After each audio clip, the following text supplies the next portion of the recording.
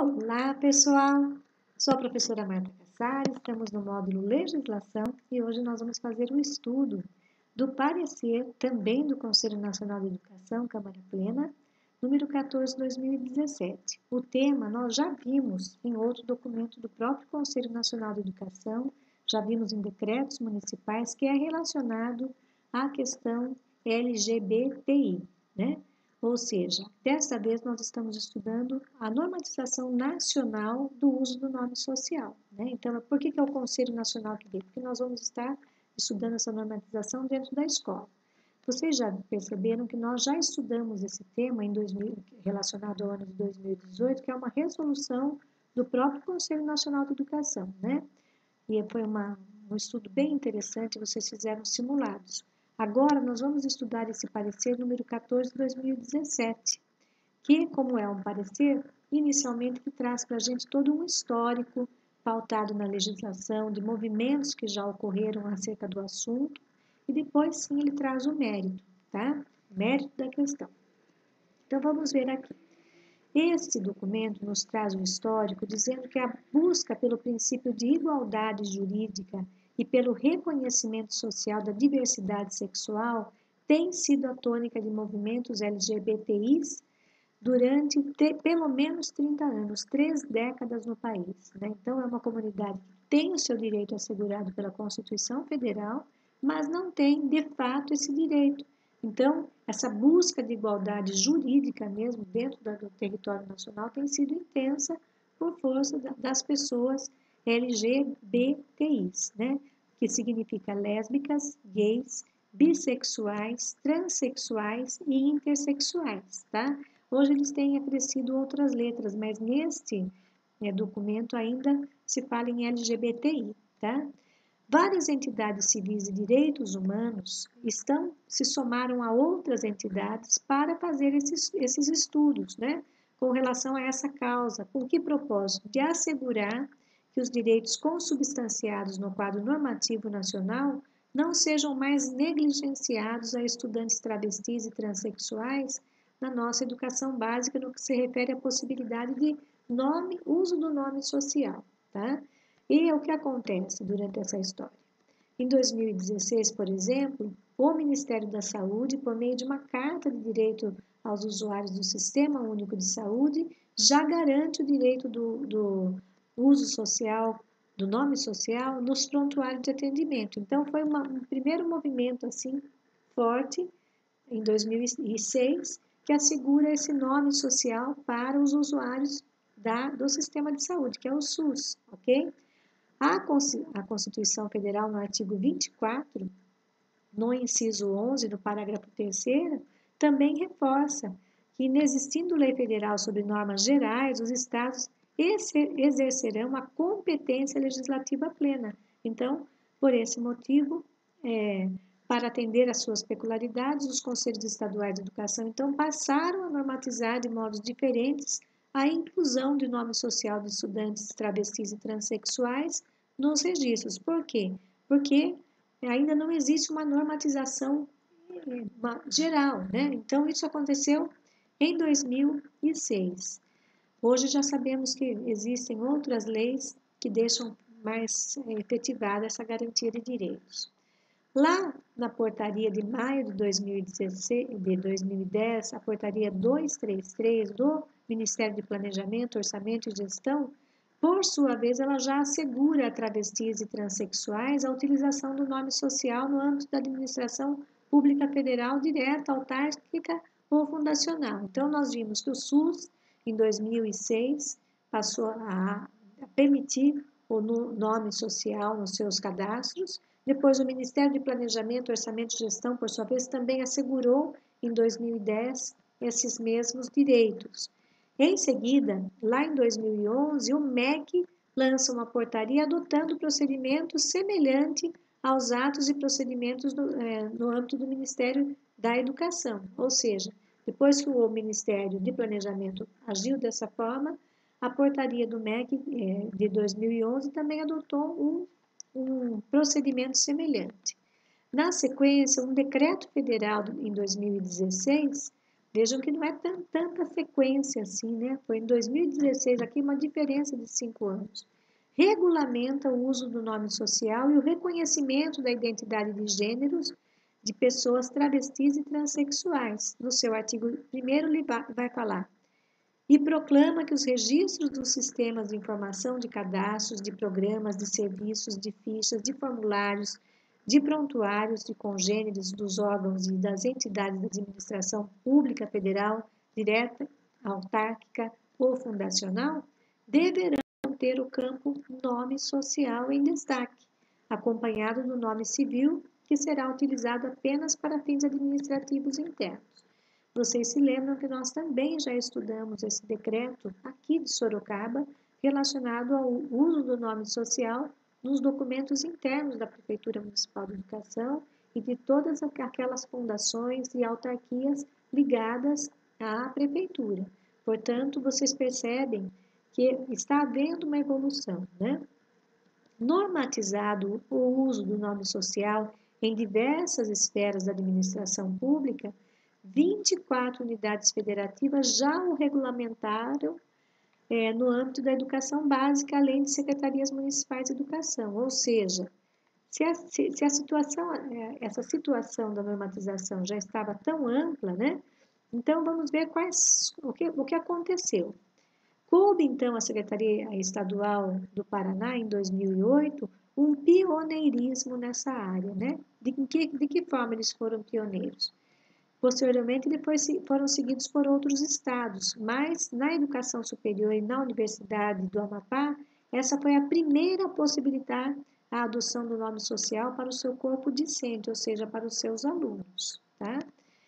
Também teve a regulamentação sobre a possibilidade de adoção do nome social nos sistemas de ensino, e essa regulamentação está, portanto, praticamente pacificada no país para aqueles maiores de 18 anos, não havendo para esses casos necessidade nenhuma de mediação jurídica, bastando apenas a manifestação do interessado ou da interessada. Por quê?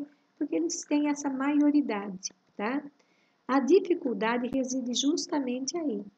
Desse modo, reside a possibilidade do uso do nome social para os estudantes com menos de 18 anos. Então, a dificuldade reside exatamente nos menores de 18 anos.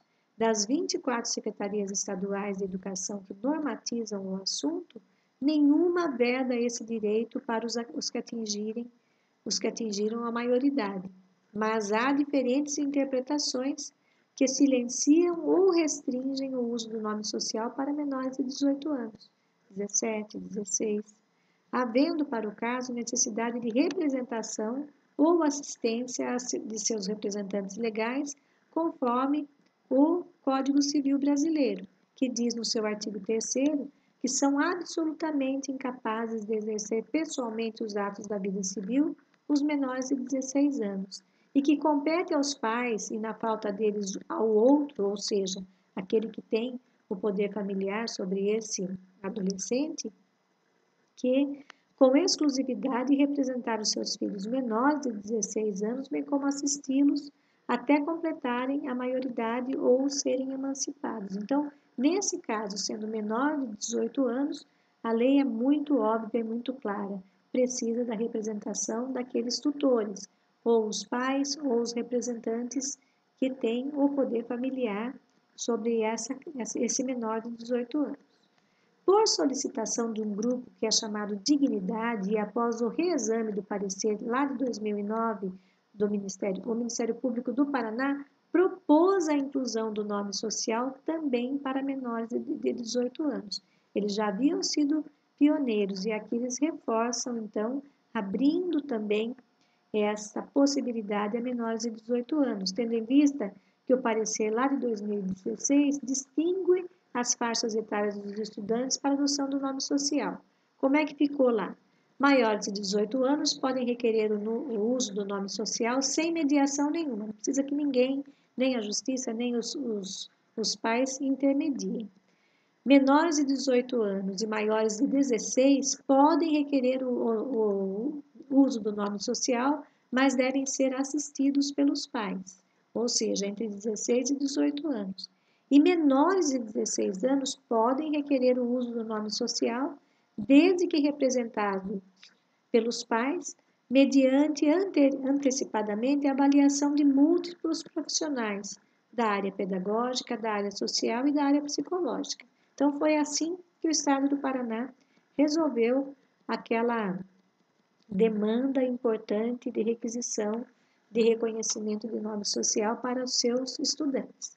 Ressalte-se que esse documento da Consultoria Jurídica do Ministério da Educação, o parecer lá de 2009, já tinha tratado sobre a possibilidade do nome social nos sistemas de ensino. O MEC, por meio de um parecer técnico, também discutiu a adoção do nome social na educação básica no contexto do Programa Brasil Sem Homofobia, lá em 2004.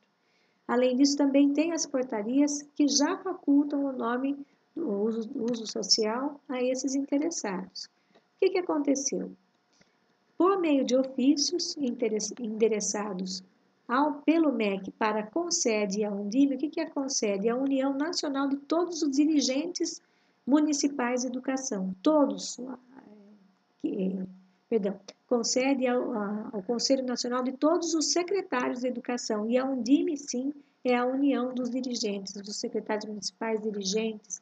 Então, entram todos aqueles que são responsáveis pelos municípios na educação, os secretários de educação, e entram também na Undime os dirigentes que são da rede estadual. Então, todos ali estão ligados através dessa entidade que se chama Undime. Ela é muito famosa porque ela vem trabalhando aí juntamente com o Ministério da Educação, ela nos representa ali, aqueles que são lideranças, e o Conselho também.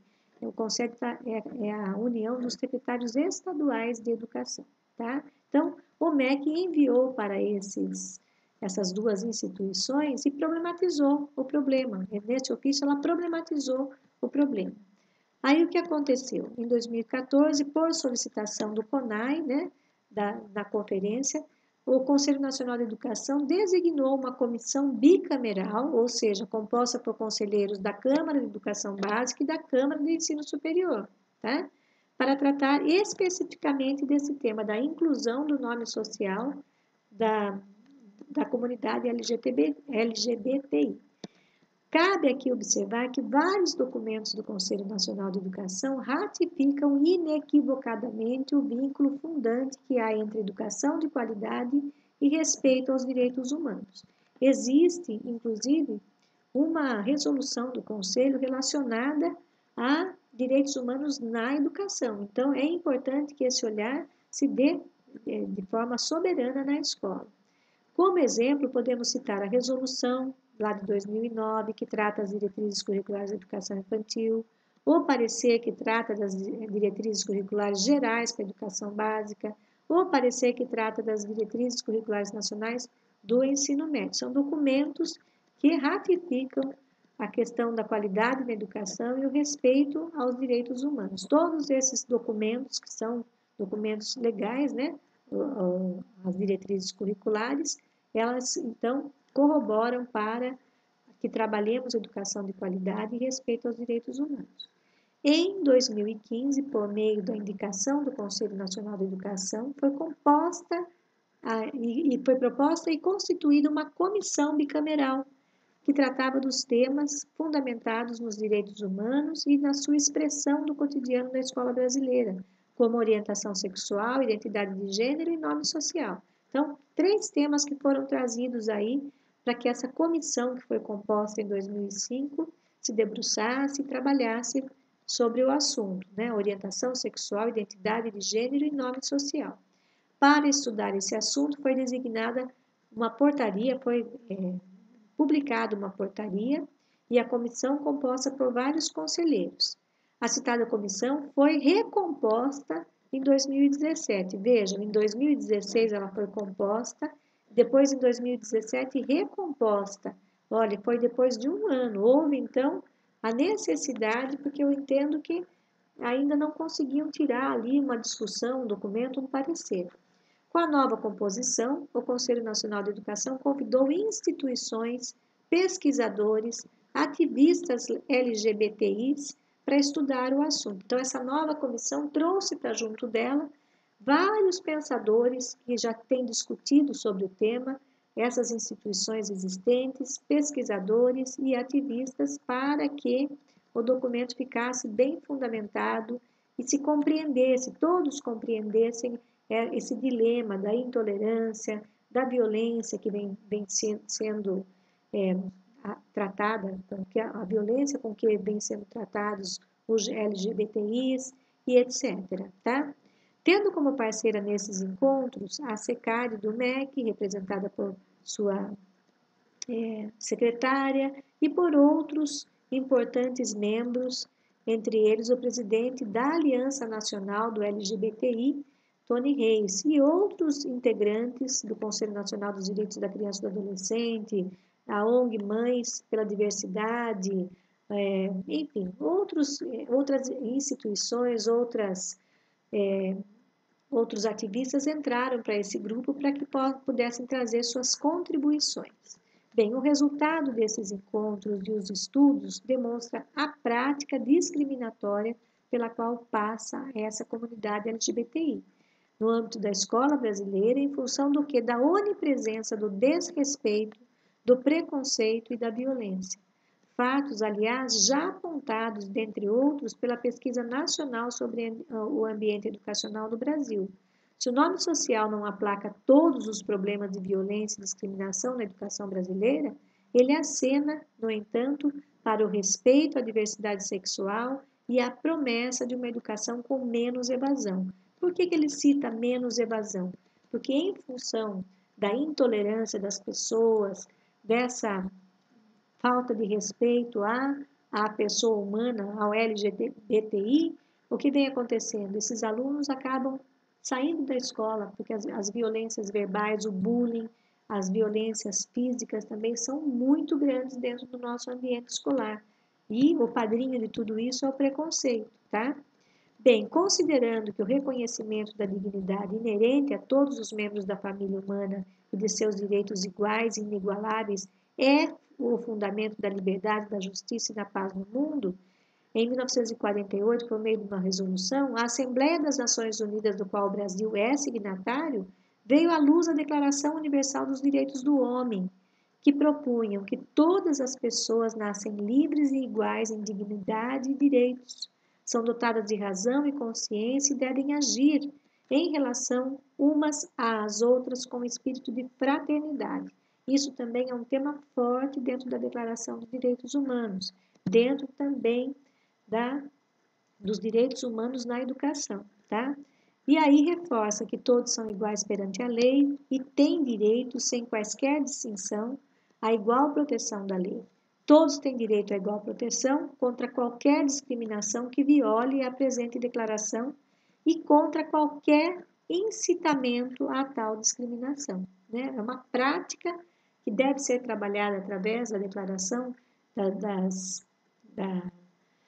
esse documento formal da educação pela paz, da educação pelos direitos humanos. Essa discriminação fica zerada a partir do instante que se trabalha desde a educação infantil até o espaço universitário com relação ao respeito, à ética, à solidariedade, à fraternidade, a zero de intolerância com relação a esse tema que estamos estudando. A Constituição Federal, reverberando o mesmo espírito da Declaração Universal dos Direitos Humanos, já no seu preâmbulo, enuncia que o nosso Estado democrático se destina a assegurar o exercício de todos os direitos sociais e individuais, a liberdade, a segurança, o bem-estar, o desenvolvimento, a igualdade e a justiça como valores supremos de uma sociedade fraterna, pluralista e sem preconceitos, né? Aí ele reforça que são nossos grifos, essa questão de direitos das pessoas. Nomeadamente, no artigo 1º, sublinha a essencialidade da dignidade da pessoa humana. O terceiro, por sua vez, declara que é objetivo fundamental do país promover o bem de todos, sem preconceito de origem, de raça, de sexo, de cor, de idade e quaisquer outras formas de discriminação. No inciso 4º. e que todos são iguais perante a lei, sem distinção de qualquer natureza, garantindo-se aos brasileiros e aos estrangeiros residentes no país a inviolabilidade do direito à vida, à liberdade, à igualdade, à segurança, à propriedade, nos seguintes termos: a lei punirá qualquer discriminação atentatória dos direitos e das liberdades fundamentais. Vimos isso no artigo 5º da Constituição, os direitos meus, os direitos seus e os nossos. Bem, quero esclarecer que em 2006 houve um movimento muito grande, com sede na Indonésia, que se chamou então esse movimento de Yogyakarta.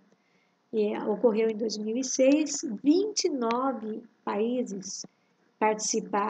países participaram e 29 eminentes especialistas com experiências diversas e conhecimentos relevantes com relação à legislação dos direitos humanos adotaram por unanimidade, e depois o Brasil também adotou, os princípios de Yogyakarta. Sobre o quê? Sobre a aplicação da legislação internacional dos direitos humanos com relação à orientação sexual e à identidade de gênero. Podemos dizer que esse encontro foi um divisor de águas para que os países passassem a pensar de outra forma a questão da identidade de gênero e orientação sexual, tá?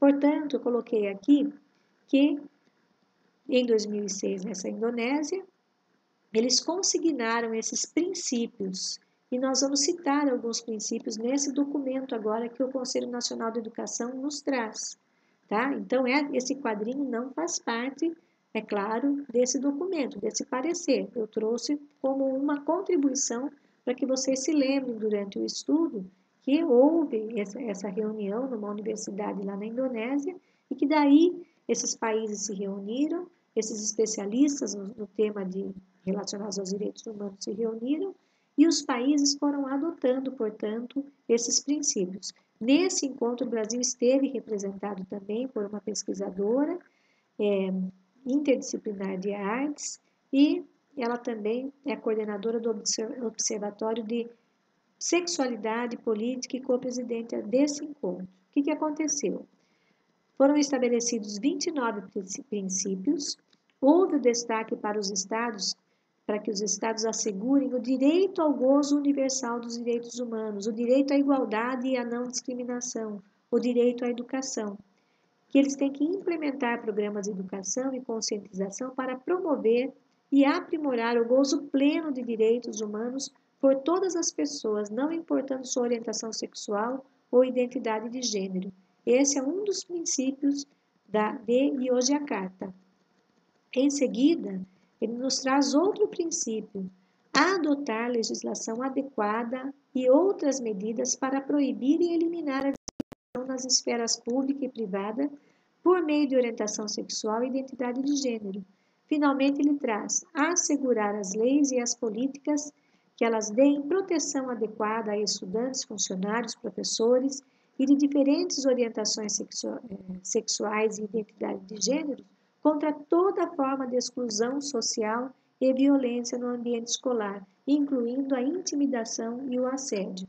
Bom, então, essa proteção é dada não só ao estudante, mas a todos que são partícipes desse movimento dentro da escola, funcionários, professores, gestores, etc. Bom, aí o que ele nos traz? Que em 2011 o Supremo Tribunal Federal, em sintonia com os valores dos direitos humanos da contemporaneidade, ele já traz, né? Ou seja, onde essa sociedade está e tendo em vista o julgamento de uma ADI sobre o recurso extraordinário relativo à validade jurídica da união homoafetiva, assim se pronunciou, ou seja, a união entre homens e mulheres e mulheres. Esse julgamento se pronunciou da seguinte forma: ninguém, absolutamente ninguém, pode ser privado de direitos nem sofrer quaisquer restrições de ordem jurídica por motivo de sua orientação sexual. Os homossexuais, por tal razão, têm direito de receber a igual proteção tanto das leis quanto do sistema político-jurídico, instituído pela Constituição da República, mostrando-se arbitrário e inaceitável qualquer estatuto que puna, que exclua, que discrimine, que fomente a intolerância, que estimule o desrespeito e que desiguale as pessoas em razão de sua orientação sexual. Esse documento foi assinado pelo ministro Celso de Mello. Estruturada com base em valores semelhantes, a lei, nossa lei LDB, no seu artigo 3º, também assinala que dentre os princípios e fins da educação fulguram a igualdade de condições para acesso e permanência na escola, o respeito à liberdade e apreço à tolerância, e na Lei 8.069, que vocês sabem que é o ECA, ressalta que a criança e o adolescente gozam de todos os direitos fundamentais inerentes à pessoa humana, sem prejuízo da proteção integral, assegurando-lhes, por lei ou por outros meios, todas as oportunidades e facilidades, a fim de lhes facultar o desenvolvimento físico, mental, moral, espiritual, social, em condições de liberdade e dignidade. Ou seja, nós estamos aqui repetindo grandes textos desses documentos legais que nós já estudamos, mas é uma forma do documento, desse parecer, se fortalecer para entrar no mérito, ok?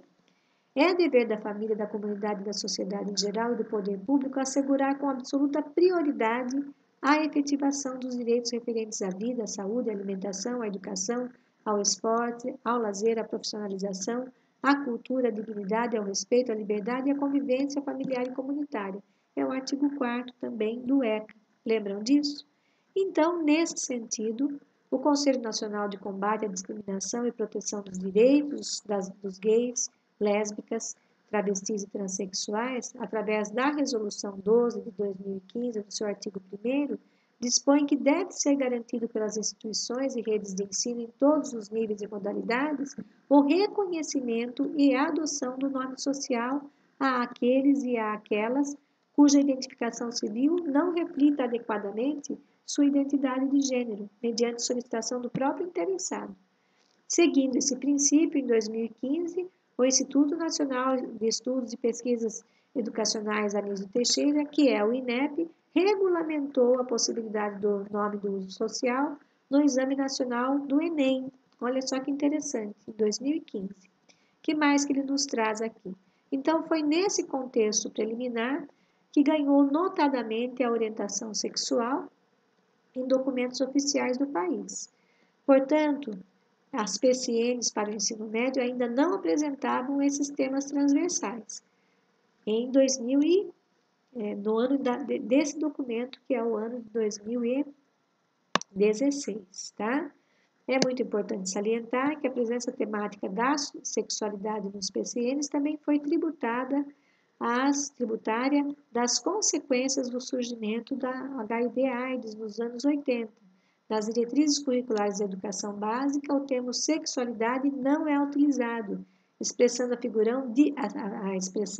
figurando a expressão diferentes orientações sexuais, tá? É que, diferentemente das PCNs, que pretendiam ser um instrumento normativo, as DCNs deveriam constituir em linhas gerais, a partir das quais seriam elaborados programas de ensino para todo o país. Já no Plano Nacional de Educação, que vale de 2014 até 2024, ele estabelece a promoção de princípios do respeito aos direitos humanos, à diversidade e à sustentabilidade socioambiental. E seja como for, as duas últimas décadas registram consideráveis avanços na legislação, na jurisprudência e na doutrina, no que diz respeito ao reconhecimento dos direitos formais dessa comunidade LGBTI no Brasil, tá? Finalmente, ele nos traz que, em 99, o Conselho Federal de Psicologia já dava um parecer, né, que a homossexualidade não constitui doença e nem distúrbio nem perversão.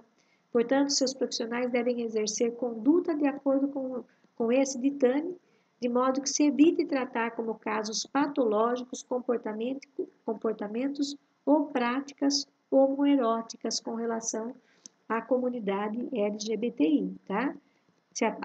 Lá em 99, esse Conselho de Psicologia fez essa declaração. Mesmo assim, quase uma década depois, em 2011, essa conferência que nós já falamos, Conferência LGBTI, ainda denunciou incontáveis episódios de violência, No dia de hoje nós também temos, não precisa ir tão atrás de 2008. Em 2020 nós também temos incontáveis casos que saem aí nas televisões, saem nos jornais, internet, nós vemos todos os dias esse tipo de violência tão forte contra essa comunidade. O Ministério Público do Estado do Paraná recomendou a inclusão do nome social em registros escolares para menores de idade. A problemática não gira em torno da legalidade do uso do nome social nas instituições de ensino da rede pública ou na privada, mas sim sobre a possibilidade de alunos transexuais ou travestis menores de 18 anos solicitarem, por meio de requerimento, a inclusão dos nomes, do seu nome social nos documentos escolares. Então, tudo isso nós já vimos que lá em 2018 se tornou então uma resolução, né? O Conselho Nacional resolveu que os menores de 18 anos então possam fazer sua matrícula colocando o nome civil e juntamente com os pais ou aquele responsável legal, aquele que tem o poder familiar, também colocar a anuência, né, com relação à permissão de uso. Já praticamente sendo norma em todo o nosso território nacional o uso do nome social para maiores de 18 anos, convém considerar que a restrição à maioridade legal tem provocado graves consequências aos estudantes, também aos seus familiares e, de modo geral, à sociedade brasileira, uma vez que a interdição do nome social a esse segmento não tem produzido os benefícios sociais e educacionais arrolados e preconizados pela legislação nacional. Então, está nos contando que mesmo utilizando, avolumam-se as questões de violência, de abandono da escola, de bullying, de assédio, de constrangimento, de preconceito com relação à identidade de gênero desses estudantes.